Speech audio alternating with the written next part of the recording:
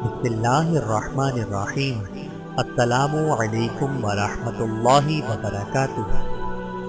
حضرت جابر رضی اللہ تعالی عنہ بن مسلم کا قبول اسلام۔ حضرت جابر اپنے اسلام کا یہ واقعہ بیان کرتے ہیں کہ میں نے دیکھا کہ لوگ ایک شخصی رائے کو قبول کرتے جا رہے ہیں۔ میں نے پوچھا یہ کون ہے؟ معلوم ہوا رسول اللہ صلی اللہ علیہ وآلہ وسلم ہے۔ میں نے آپ کے پاس جا کر کہا علیک السلام یا رسول اللہ۔ یہ سلام سن کر آپ نے فرمایا علیک السلام مردوں کا سلام ہے، السلام علیک یا رسول اللہ کہا کرو۔ اس تعلیم کے بعد انہوں نے کہا السلام علیک یا رسول اللہ، آپ اللہ کے رسول ہیں؟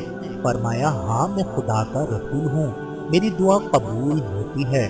اگر میں تمہارے لیے دعا کروں تو قبول ہوگی، اگر تمہارے یہاں قحط سالی ہو تو میری دعا سے تم سیراب ہوگے اور تمہارے لیے پیداوار ہوگی، اگر تم بے آب و گیا میدان میں ہو اور تمہاری سواری گم ہو جائے تو میری دعا سے تمہارے پاس واپس آ جائے گی۔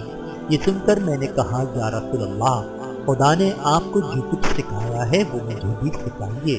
فرمایا نیکی کو حقیر نہ سمجھو، اگرچہ وہ اسی قدر ہو کہ اپنے بھائی سے خندہ روی سے گفتگو کرو یا اپنے ڈور سے پیاسے کے برتن میں پانی ڈال دو۔ اگر کوئی شخص تمہارے راز سے واقف ہو اور وہ تم کو کسی بات پر شرم دلائے تو اس کے راز کا حوالہ دے کر اس کو شرم نہ دلاؤ تاکہ اس کا وبال تمہارے اوپر نہ ہو۔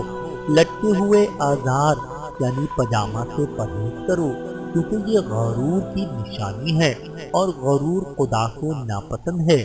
کسی کو گالی نہ دو۔ آپ کے ارشاد کے بعد سے انہوں نے کسی انسان بلکہ اونٹ اور بکری تک کو گالی نہیں دی۔ حضرت جابر رضی اللہ تعالی عنہ پر اللہ رب العزت کی کروڑوں رحمتیں نازل ہوں۔ آمین ثم آمین۔